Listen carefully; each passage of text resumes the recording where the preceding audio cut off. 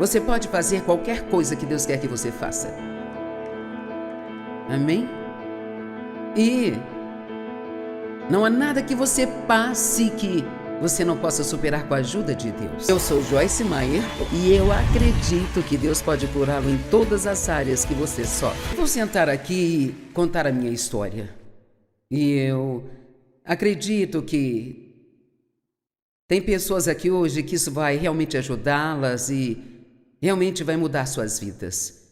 E, obviamente, para sair de onde eu comecei até onde estou, precisou haver muita pressão, muita luta e superação.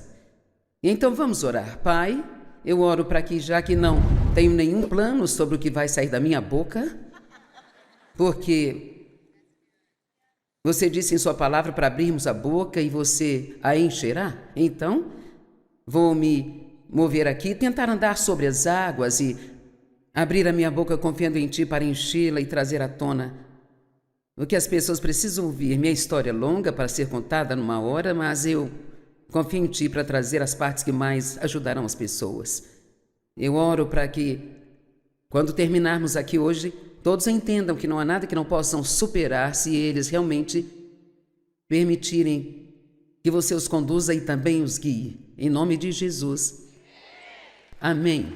Então, sabe, todos temos uma história.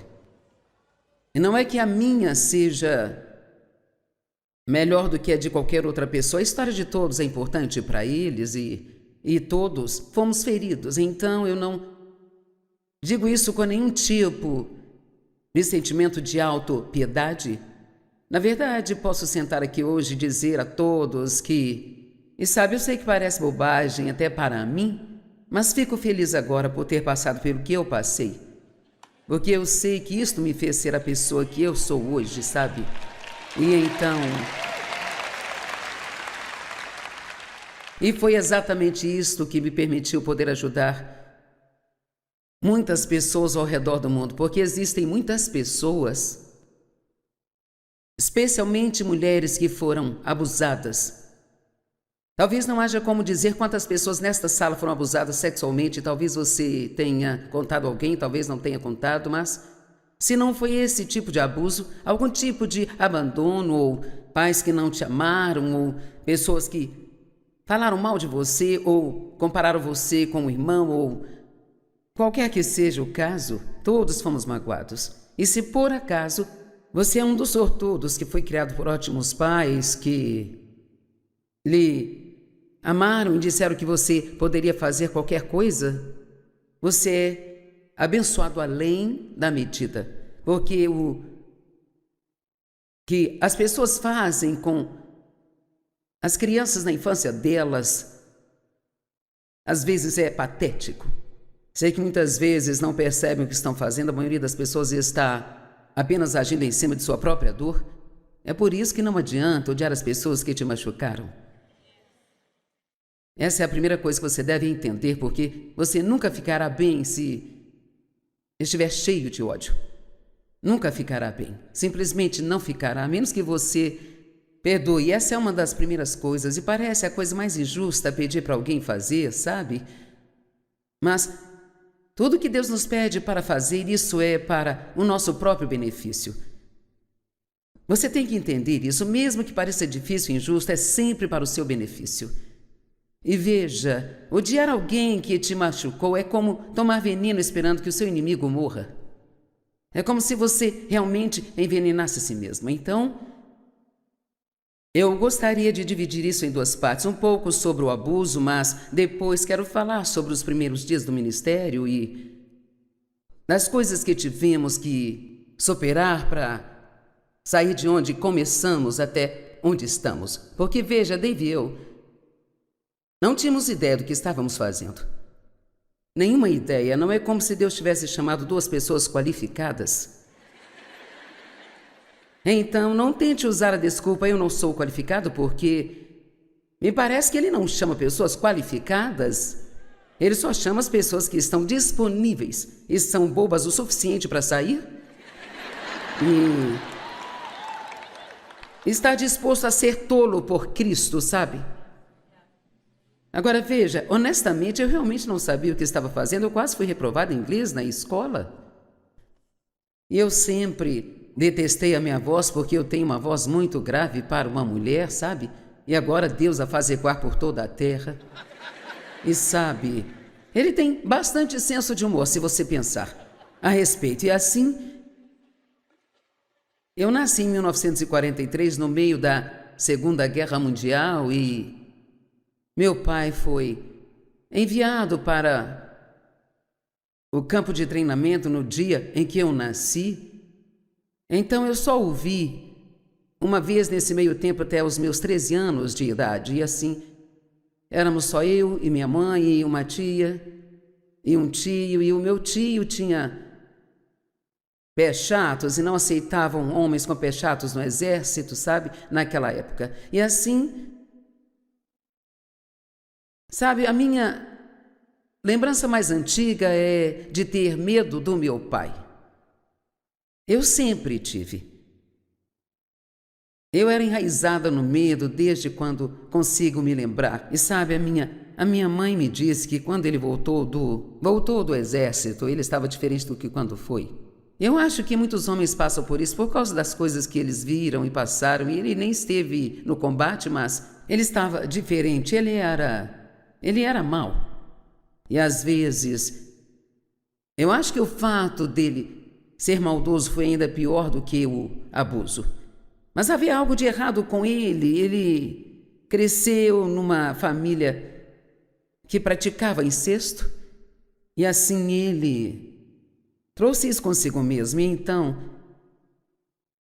desde a primeira vez que me lembro de tê-lo visto, ele me molestava. E depois ele fez de mim praticamente sua amante quando eu tinha cerca de 13 anos de idade. E ele não me controlava com a força, mas me controlava com o medo. E é difícil explicar como você pode ter tanto medo de alguém a ponto de fazer o que a pessoa te manda fazer, seja o que for, sabe? Mas esse tipo de medo, isso pode te adoecer. Era como... Ele trabalhava à noite, eu agradeço a Deus por isso, porque pelo menos eu não ficava perto dele à noite. E minha mãe também tinha medo dele. Eu tinha um irmão que meu pai praticamente abandonou. E me lembro de quando minha mãe engravidou, de orar para que fosse uma menina, esperando que meu pai gostasse mais dela do que de mim e me deixasse em paz, sabe? E não era certo orar assim, mas eu orei. E então eu entrei em contato com alguns parentes, tentei fazer com que me ajudassem. Ninguém quis se envolver. Veja, naquela época, nos anos 50, não se ouvia falar de nada parecido com o que estamos falando. Você nunca ouvia nada sobre abuso sexual e não se falava de nada a respeito. Acontecia, mas as mulheres também eram diferentes. Pouquíssimas mulheres deixavam seus maridos, pouquíssimas se divorciavam. E assim, quando eu tinha 9 anos, contei para minha mãe o que meu pai fazia comigo e eu me lembro que ela me examinou para ver se encontrava algum machucado. E claro, ele disse que eu estava mentindo, ela escolheu acreditar nele. Eu não sei se ela realmente acreditou, mas acho que ela escolheu acreditar. Quando eu tinha 14 anos, ela entrou em casa e o pegou. E ela se virou e saiu de casa, ficou 2 horas fora, voltou e nunca disse uma palavra a respeito. Nunca disse nada sobre isso. Mas sempre houve uma rixa entre eu e ela. Depois disso, ela meio que se voltou para o meu irmão e começou a bajulá-lo. E coitado, ele nunca teve um pai. E quando ele tinha 17 anos, ele foi para as Forças Armadas, o enviaram para o Vietnã. E para encurtar a história, ele se viciou em drogas quando estava lá naquelas selvas e... Encurtando mais a história, ele acabou se suicidando porque nunca conseguiu sair das drogas. Ele até tentou e nós tentamos ajudá-lo também. Ele era um moço do bem e eu sinceramente acredito que ele foi para o céu. Ele creu, sabe? Ele tinha tantos problemas que ele não conseguia se endireitar. E às vezes as pessoas são assim, elas não, é mais do que o que elas conseguem lidar ou superar. O último lugar que ele ficou foi no Centro dos Sonhos, em Los Angeles, e eu liguei para o pastor Tommy Ele morou conosco por 4 anos e pensamos que ele havia endireitado mesmo, sentimos que era hora dele ir viver sozinho, mas ele só ficava bem desde que houvesse alguém dizendo o que deveria fazer e observando sempre. Mas assim que você o deixava sozinho, ele nunca teve nenhuma disciplina ou autocontrole, sempre voltava a ser como ele era antes. E ele tinha um filho de quem não cuidava, ele nunca pagou pensão, nunca cuidou do filho, ele foi extremamente irresponsável. E assim então, entre o álcool e as drogas havia algo que percebi somente agora, sabe? Ele era também esquizofrênico. E minha mãe também. Minha mãe, acho que foi pela culpa. Ela tinha muita culpa. Quando eu tinha, eu acho, cerca de 18 anos, ela teve um colapso mental e teve que fazer tratamento de choque por 2 anos. E assim era toda uma bagunça. Graças a Deus, quando eu tinha 9 anos, fui escondido à igreja com minha tia e meu tio, quando estávamos no que nós chamávamos de roça. Eles moravam a 300 quilômetros de nós, no sudoeste do Missouri. E fui à igreja com a intenção de ser salva. Agora, eu sabia que eu precisava ser salva. Eu não sei como, sabe, eu nem sei onde aprendi esse termo, mas naquela noite de todas as noites, o pastor se esqueceu de fazer o apelo. Bem, eu acho que eu tinha um pouco de determinação na época, porque eu estava com meus primos e eu peguei cada um deles pela mão e eu disse: vamos lá na frente para sermos salvos. Acho que já havia ali sinais de uma evangelista, e então nós fomos lá na frente. Eu me lembro que estava chorando, eu olhei para o pastor e disse: você pode salvar-me? E ele orou conosco e eu me lembro, eu senti uma limpeza por dentro e foi lindo, sabe? Mas no dia seguinte, passei no jogo de esconde-esconde, com a cabeça encostada na parede, eu espiei. E o diabo me disse que eu tinha perdido minha salvação. E nunca houve ninguém para me dizer o contrário. E assim daí até os meus 18 anos, eu achava que o que quer que eu tivesse recebido eu havia perdido, mas eu só entendi mais tarde na minha vida que, quando eu tinha 9 anos de idade, essa determinação cresceu em mim de que eu ia vencer, sabe? Eu tinha essa determinação, isso não vai derrotar-me, ninguém vai me ajudar, então eu vou ter que passar por isso e eu vou sobreviver. Me lembro que costumava deitar na cama, quando eu estava na minha adolescência à noite, eu falava: um dia eu vou fazer algo grande.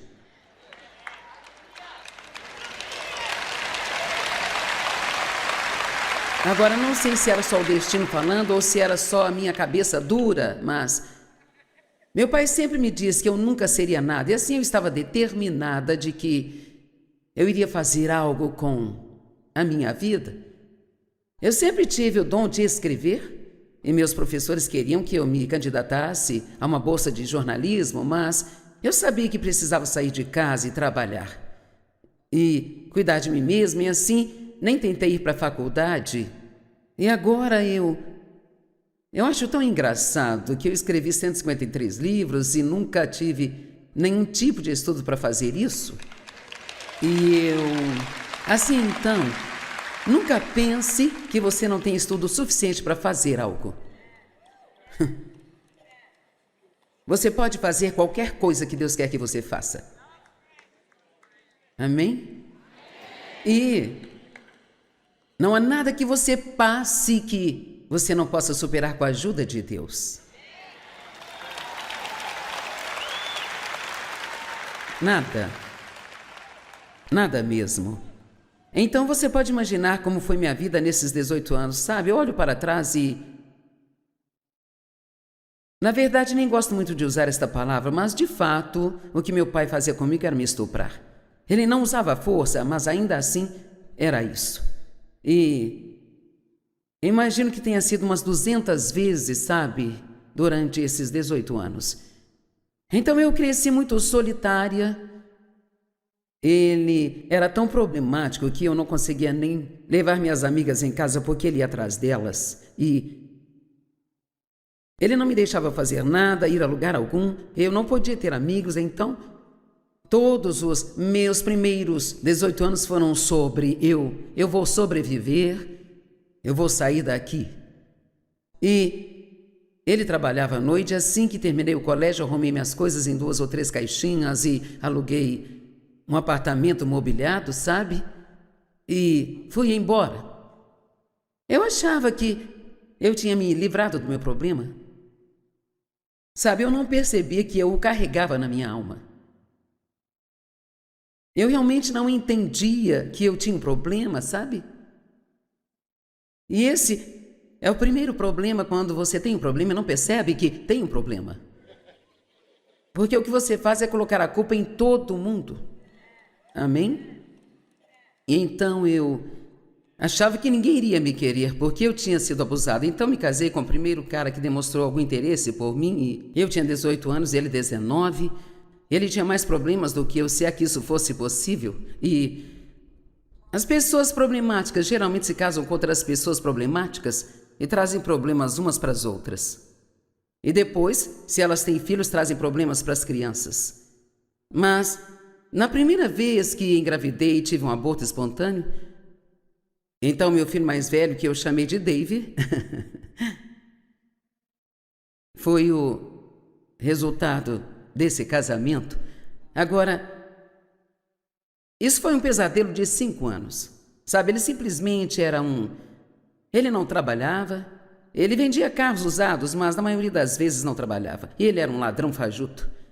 E logo depois do divórcio, ele acabou indo para a prisão por passar cheques sem fundo. E quando eu tinha 18 anos, ele me levou para Albuquerque. Naquele tempo, eles pagavam para levar carros para vários estados. E assim, dirigimos um carro para Albuquerque. Ele foi pago e ficamos lá algumas semanas. E um dia ele simplesmente não voltou para casa e eu fui abandonada em Albuquerque. Eu não tinha carro, consegui um emprego e ia a pé para o trabalho, mas não conseguia dinheiro suficiente. Encontrei alguém em St. Louis, o irmão de uma conhecida. Ele me mandou o dinheiro para uma passagem de volta para casa. E ele fez a mesma coisa comigo de novo em Oakland, Califórnia. Ele ficava com outras mulheres o tempo todo. E finalmente, quando engravidei do menino que hoje comanda as nossas missões mundiais, eu o deixei e ele disse a todos que o bebê não era dele. Ele veio morar a 2 quarteirões de mim com uma outra mulher. Eu me diverti muito, sabe, nesta minha vida. E assim, quando eu tive o bebê, ele foi ao hospital e não dava para negar que o bebê era dele, parecia muito com ele. E aí saímos do hospital sem ter para onde ir. Então, para todos os efeitos, eu era uma sem teto. É realmente muito engraçado quando eu penso nisso agora. Aqui estou eu hoje. Numa época eu era, sabe, uma sem teto, eu não tinha para onde ir. E assim eu posso dizer, o que quer que tenha acontecido em sua vida ou que esteja acontecendo, nunca pense que você não pode superar isso. Apenas pense que Deus pode fazer algo grande em sua vida. Porque eu estou te dizendo, você pode ter um péssimo começo e um excelente final, sabe? Amém? Então ele ligou para a ex-mulher de um dos seus irmãos, que por sinal era uma cristã, e perguntou se ela nos acolheria por um tempo. Ela disse sim. Eu não tinha ideia do que eu estava fazendo. Eu tive aquele bebê, eu devo ter tido uma infecção porque fiquei com 3 furúnculos grandes no meu corpo e nem tive o bom senso de ir ao médico, sabe? Mas assim que pude, eu consegui um emprego e consegui um apartamento, e ele tinha ido embora com a namorada. E voltou mais uma vez e eu finalmente cheguei ao ponto em que eu não aguentava mais. Eu disse, eu quero o divórcio. Bem, eu realmente não conseguia cuidar de mim, do bebê, e sem ninguém para me ajudar. Então, esse foi o último recurso, então eu teria que ligar para o meu pai e pedir para voltar para casa, sabendo que isso significava que eu teria que gastar todo o meu tempo tentando me esquivar dele. Bem, agora entra em cena o Dave Maier.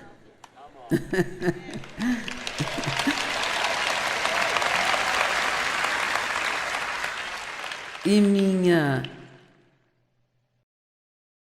mãe e meu pai moravam numa casa geminada. Você já deve ter visto uma. Isto costumava ser muito popular. Você comprava uma casa, mas era uma moradia para duas famílias e eles moravam na cidade. Era uma moradia em cima e outra embaixo e eles alugaram um andar de cima e o rapaz que morava no andar de cima trabalhava com o Dave e Dave foi buscá-lo numa noite para ir a algum lugar e eu estava na frente lavando o carro da minha mãe.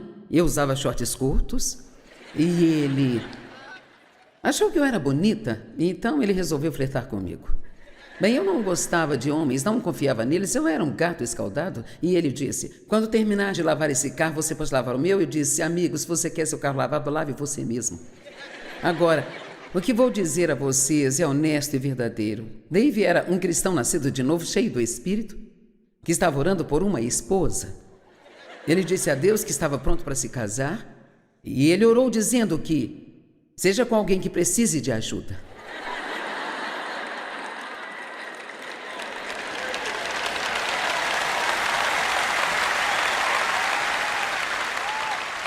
Então ele nunca poderá dizer que ele não recebeu o que ele pediu.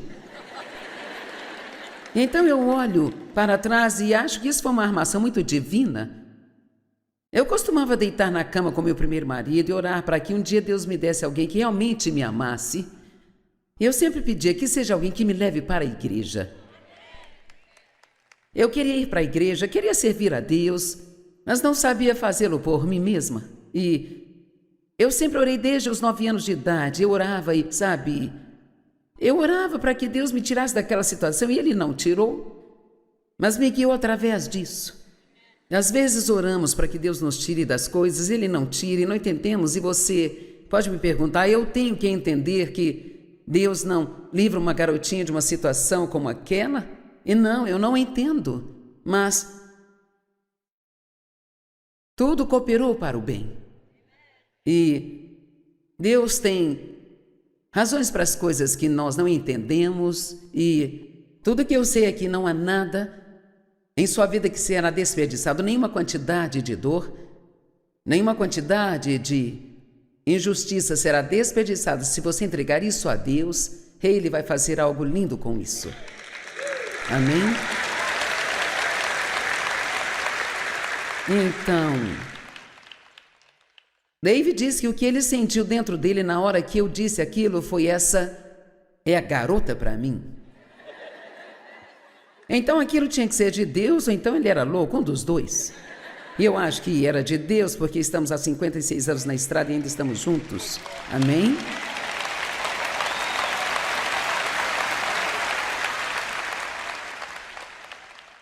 Tivemos uns 3 ou 4, talvez 5 encontros. E ele me pediu em casamento. E na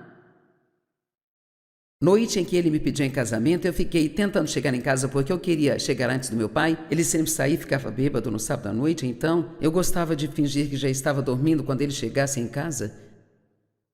E Dave repetindo: eu tenho algo para te dizer, eu quero falar com você. Bem, eu achava que ele iria terminar comigo, porque eu sempre olhava para o lado negativo de tudo, sabe? Eu sempre esperava o pior, porque era tudo que eu tinha recebido, e talvez alguns aqui ainda estejam agindo assim. E você ainda está esperando pelo pior, porque foi o que sempre teve. Bem, eu estou te pedindo que você faça um novo começo e comece a acreditar que algo de bom vai acontecer com você a qualquer momento. Vocês vão fazer isso? Eu quero encorajá-los a dizer todas as manhãs: algo de bom vai acontecer comigo hoje. Não porque você é bom, mas porque Deus é bom. Amém? Algo de bom vai acontecer comigo hoje. Amém? E assim nós nos casamos. Eu não tinha a menor ideia do que estava fazendo, eu nem sabia o que era o amor.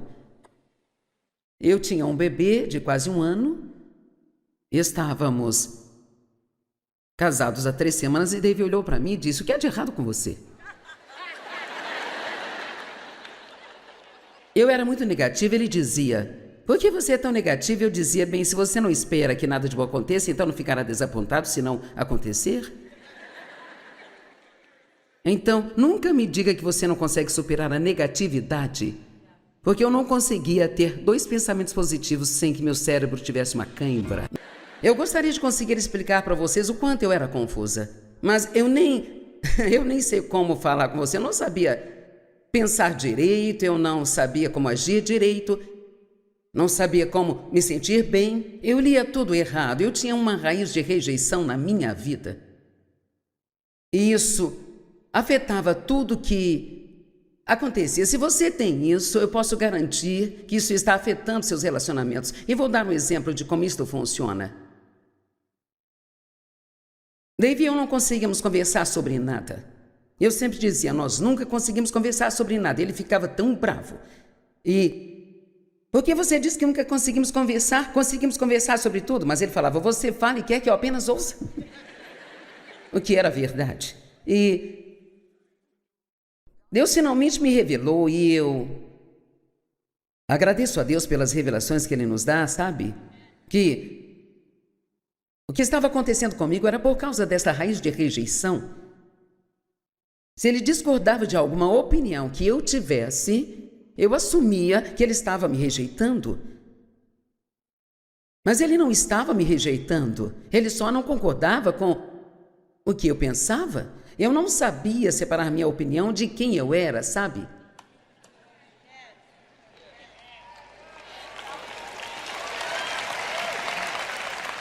Vamos, alguém precisa disso?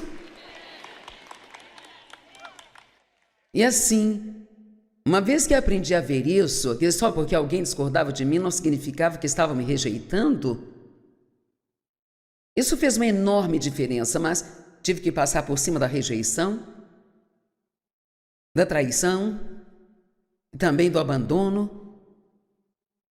Sabe, já era ruim que meu pai tivesse abusado de mim, mas minha mãe, sabendo o que ele estava fazendo e deixá-lo fazer aquilo, foi ainda pior. Sinceramente, foi mais difícil perdoá-la do que a ele. Mas ela também tinha medo. É tão incrível o que o medo faz conosco. Você entende isso? E é terrível o que o medo faz com você. E então, quando finalmente ela me pediu perdão, que foi só 30 anos depois que Dave e eu nos casamos, ela disse: "Sinto muito por ter deixado seu pai fazer o que ele fez com você." E eu simplesmente não conseguia enfrentar o escândalo.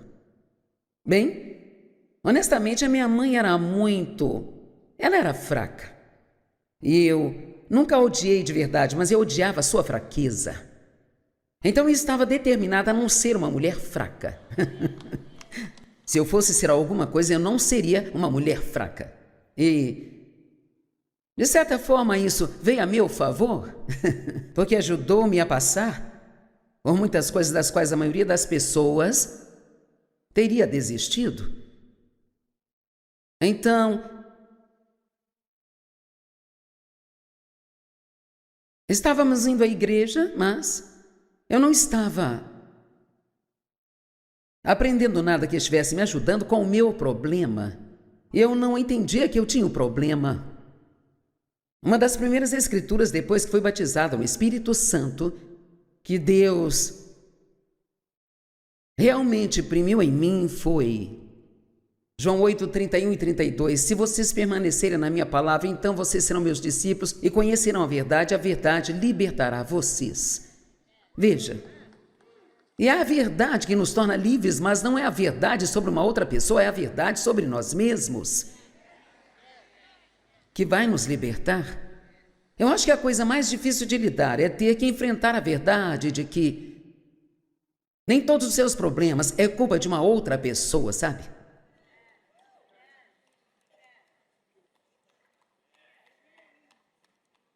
É melhor termos um pouco de sei lá agora mesmo. que significa, faça uma pausa e pense com calma nisso. É muito difícil assumir a responsabilidade pela sua própria bagunça.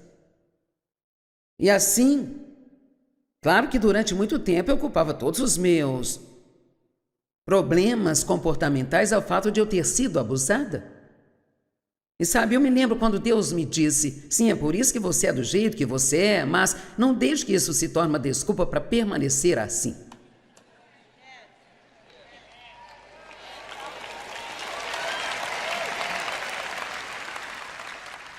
Algumas dessas pequenas falas que dou fazem valer a pena você estar aqui hoje, sabe? Veja. Veja, algo que alguém fez com você pode ser o motivo pelo qual você tem um mau comportamento, mas você não pode deixar que isso se torne uma desculpa para permanecer. E a partir de hoje, você precisa começar a assumir a responsabilidade pelo que você faz e não simplesmente jogar a culpa em mais ninguém.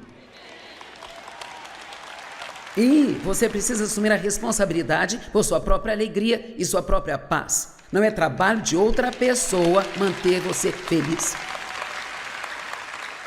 Amém? Então vem o ano de 1976, houve um derramamento do Espírito Santo em toda a terra. Quantos aqui se lembram disso? Ok. Significa que você é tão velho quanto eu. E sabe, pessoas em todas as denominações estavam sendo cheias do Espírito Santo. Se você não sabe do que se trata, então vá ler o livro de Atos, os primeiros 2 capítulos. Eles nasceram de novo, mas não foram cheios do Espírito Santo. E quando eles foram, todos falaram em outras línguas. Pessoalmente acredito nos dons do Espírito Santo. Eu vivo isso e não tenho vergonha de dizer para você. E digo mais, você precisa ser cheio do Espírito Santo, porque o Espírito Santo, ele te dá a... Você se lembra de Pedro? Veja, ele era um covarde. E depois que foi batizado no Espírito Santo, ele saiu pelas ruas e ele conseguiu ganhar 3.000 pessoas. Então, quando você é cheio do Espírito Santo, isso lhe dá coragem, isso lhe dá força. Ele é o nosso ajudador, ele é o nosso fortalecedor, ele é o nosso mestre e ele vem viver dentro de nós. Quando Jesus foi levado aos céus, ele disse, eu vou lhes enviar um ajudador. Uau! Você nunca precisa fazer nada por si só. Você sempre vai ter esse ajudante divino. Isso é o que permite que você faça qualquer coisa que você precise fazer. Você pode fazer tudo com a ajuda de Deus. Sim? Então, eu fui cheio do Espírito Santo e, claro, manter a boca fechada não era uma opção para mim em primeiro lugar, sabe? Quando Deus te toca com aquele fogo santo, você fica animado e quer contar para outras pessoas. E essa coisa toda de bem, minha religião é algo privado, é uma grande bobagem. Sabe, se você foi tocado por Deus, vai ter dificuldade em manter a boca fechada sobre isso. Amém? E havia muitas coisas acontecendo. Eu nem sabia realmente o que tinha acontecido comigo. Certa manhã eu estava a caminho do trabalho e estava decepcionada com a vida. Dave e eu tivemos uma briga naquela manhã e eu clamei dizendo, Deus, você tem que fazer algo na minha vida hoje. E sabe, naquele momento não me importava se eu recebesse o milagre católico ou batista ou luterano, sabe? Nada disso fazia diferença. Eu só queria que Deus fizesse algo na minha vida. E sabe, quando você ficar desesperado o suficiente, você sairá das linhas de sua denominação, se for isso que tiver que fazer. Bem, então, isso é bem interessante para mim. Muitas pessoas estão sempre buscando qual é a vontade de Deus para suas vidas, sabe? Agora veja, eu nunca perguntei a Deus qual era a vontade dele para a minha vida, mas quando ele se preparou para me dizer, acredite, eu entendi. Então eu não acho que você tem que sair por aí numa expedição de escavação. Você só precisa dizer a Deus, eu quero fazer o que você quer que eu faça, Deus. Então você só precisa continuar vivendo sua vida e Deus vai te mostrar. Ele vai abrir uma porta, vai falar com você, Ele vai mostrar a você, Ele vai te dar um desejo avassalador de fazer alguma coisa, ou você realmente vai trabalhar com crianças, ou haverá algo que você realmente vai querer fazer. Então, acho que só precisamos acalmar sobre isso. Ó Deus, qual é a sua vontade para mim? O que você quer que eu faça, Deus? O que você quer que eu faça? E assim eu estava arrumando a minha cama numa manhã, ouvindo, naquela época, eram fitas de pregações. Naquela hora estava tão emocionada que eu vi uma hora de ensino, sabe, sobre apenas 3 ou 4 escrituras. E durante aquele tempo eu fiquei tão fascinada pela unção para pregar que estava sobre aquele homem. E eu pensei, isso deve ser a coisa mais maravilhosa do mundo. E Deus falou comigo e disse, um dia você vai sair por toda a terra e vai ensinar a minha palavra. E eu não estava procurando ministério, eu estava arrumando a minha cama. Então talvez alguns de vocês precisam parar de procurar ministério e só arrumar a sua cama. E deixar Deus ir e te buscar quando Ele quiser. Amém? Então eu testemunhei para uma moça que trabalhava comigo. Eu a levei para o banheiro do trabalho e a ganhei para Jesus. Então eu comecei a sair e voltar da minha mesa e ouvi Deus falar comigo, você não pode deixá-la desse jeito. E eu disse, o que quer que eu faça com ela, Deus? E eu ouvi o Senhor dizer, ensine a palavra a ela. Eu disse, eu não sei como fazer isso. Eu sei disso. Bem, eu fui até o meu pastor luterano e disse, se você fosse começar um estudo bíblico, por onde começaria? Ele disse, pelo livro de João. Então eu peguei uma Bíblia de referência Thompson. Eu comecei no capítulo 1 de João e convidei todas as pessoas que trabalhavam comigo. Eu era gerente do escritório e havia 12 moças que trabalhavam comigo. Eu não tinha senso para perceber que todas iriam se sentir obrigadas a ir no estudo. Apenas achei que eu tinha um bom público. E assim, então, logo no primeiro dia que preguei, as 2 mulheres receberam uma multa de estacionamento. Então, esse foi o meu grande começo. E isto se transformou num estudo bíblico que fiz na minha casa por 5 anos, e ao final desses 5 anos surgiu uma nova igreja em nossa cidade. Eu conheci o pastor em uma grande reunião que foi numa arena, e alguém o levou e o apresentou a mim. Então nós decidimos que iríamos para aquela igreja. E enfim, resumindo a história, eu acabei indo para a equipe daquela igreja. Mas minha primeira função lá foi a de secretária do pastor, e depois de um dia eles me demitiram, sabe? Sim, é engraçado agora, mas eu fiquei com o coração partido quando voltei para casa.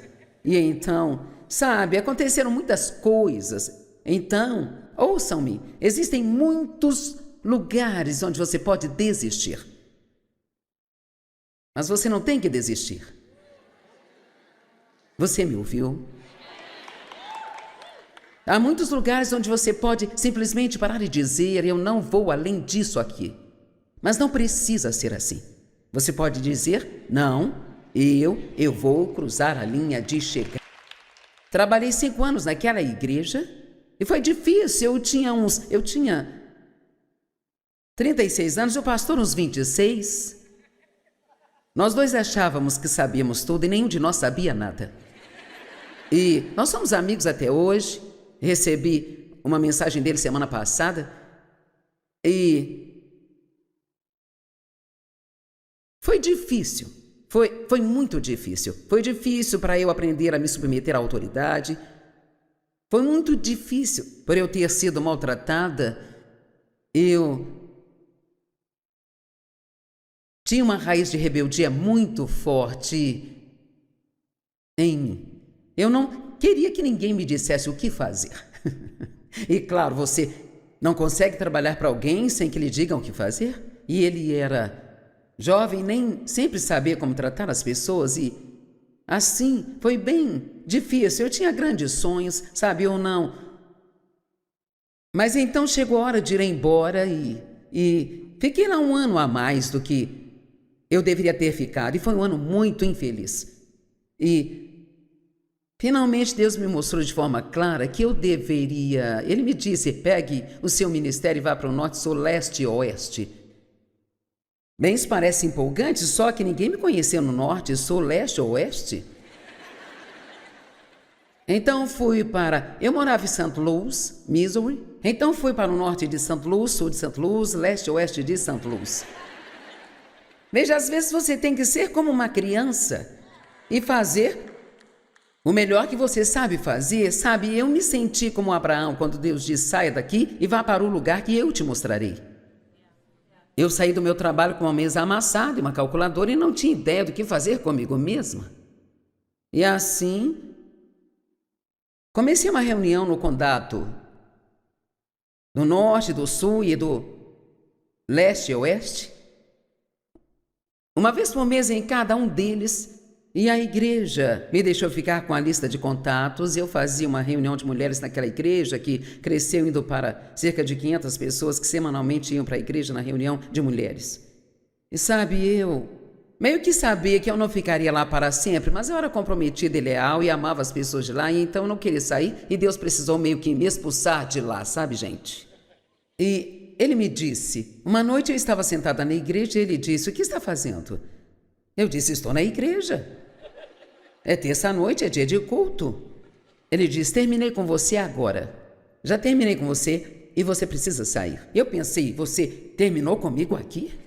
Eu sou um pilar dessa igreja? Como essa igreja vai sobreviver sem mim? Sabe, às vezes ficamos tão cheios de nós mesmos e achamos que somos mais importantes do que somos. E então eu finalmente saí, vá para o norte, sul, leste e oeste. Quero dizer, toda essa história é hilária. Então, fui para uma estação de rádio fazer um programa de 15 minutos e nós fazíamos tudo, sabe?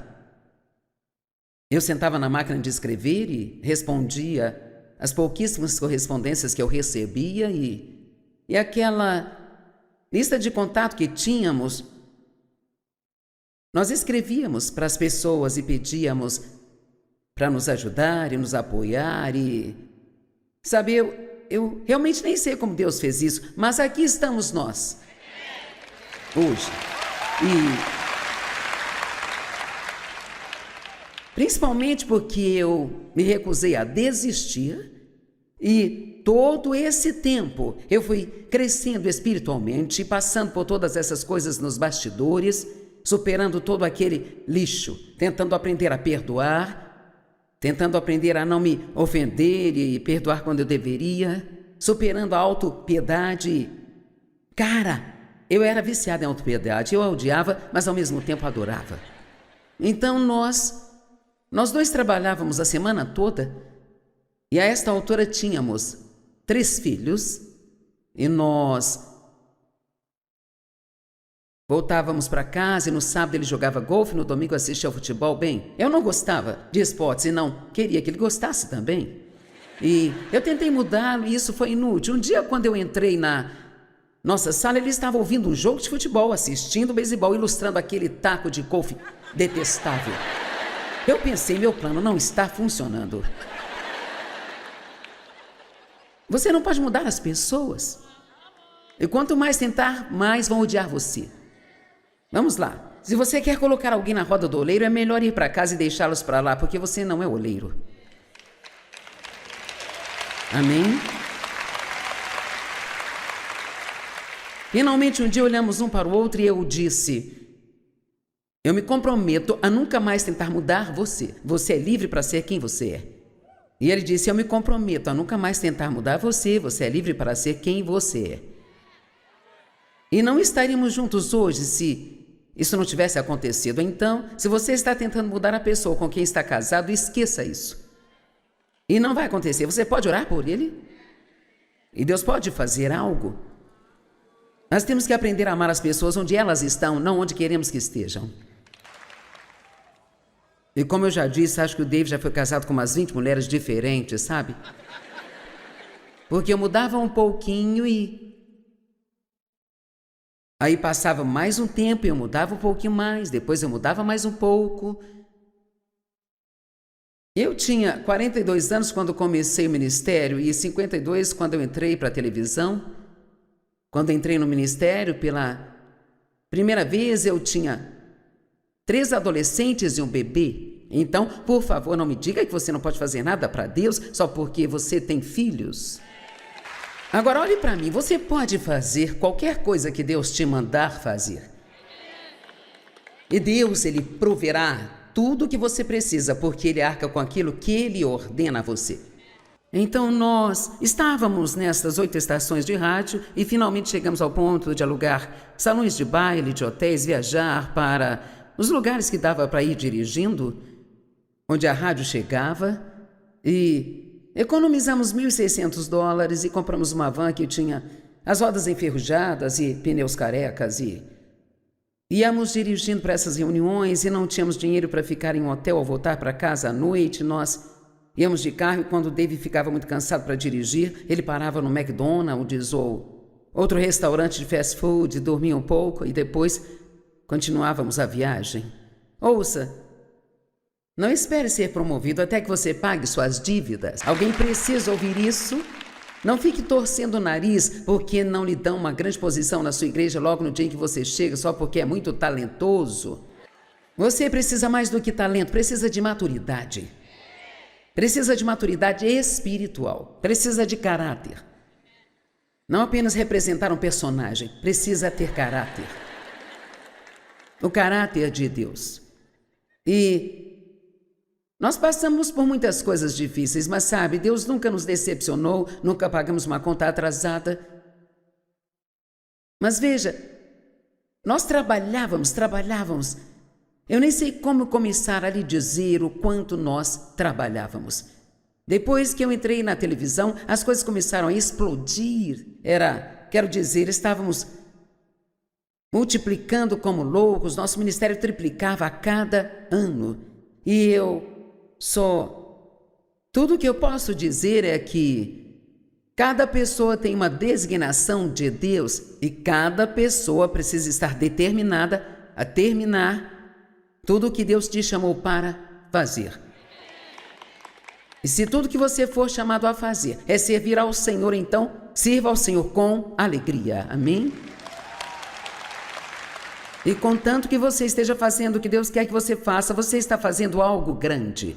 Agora, de onde comecei, vamos voltar para a garotinha cuja primeira lembrança era ter medo do pai passando por vários abusos. E há muito mais nessa história, coisas que eu poderia te contar, que seu estômago iria revirar, e eu não vou contar isso nunca. Minha filha me disse há um tempo atrás, ela disse, sabe, é incrível ver a boa mãe que você foi considerando como foi criada. Então nunca tenha medo. Nunca tenha medo de que você não possa ser uma boa mãe ou um bom pai, porque Deus vai te ungir para ser o que Ele te chamou para ser. E a unção é o que qualifica você. Jesus, ele era qualificado. E ele disse, foi sua unção que qualificou a mim. E Deus tem sido fiel a mim, Ele tem sido bom para comigo. Ele me devolveu 10 vezes por qualquer coisa que eu tenha perdido. Ele me deu honra, Ele recompensou-me, Ele me abençoou. E tenho que te dizer algo, eu não posso dizer que eu lamento pelo que aconteceu comigo, porque o que eu pensava ser o meu pior inimigo, na verdade, se tornou meu melhor amigo. Amém? Eu posso te garantir que Deus é fiel, que Deus é bom, e você pode passar por qualquer coisa que venha contra você, porque o maior vive em você. Vamos, levante-se e dê um aplauso ao nosso Deus. E eu quero que todos oremos juntos, porque eu quero garantir que ninguém saia daqui sem ter recebido a Cristo. Dessa forma, vamos orar juntos. Deus Pai, eu te amo. Jesus, eu creio em Ti. Eu creio que você é Deus, o único Filho de Deus. Eu creio que você morreu na cruz para pagar pelos meus pecados. E no terceiro dia você ressuscitou de dentre os mortos. E a minha dívida foi paga. Meus pecados estão perdoados. Sinto muito pela forma como vivi. Eu me arrependo. Eu me entrego a Ti. Eu Te recebo como meu Salvador. E quero que você se torne o meu Senhor. Quero que a Tua vontade seja a minha vontade. Obrigado por me salvar. Eu creio que eu estou perdoado, que estou a caminho do céu e vou desfrutar a jornada. Ensina-me, me faça ser como Jesus. Amém.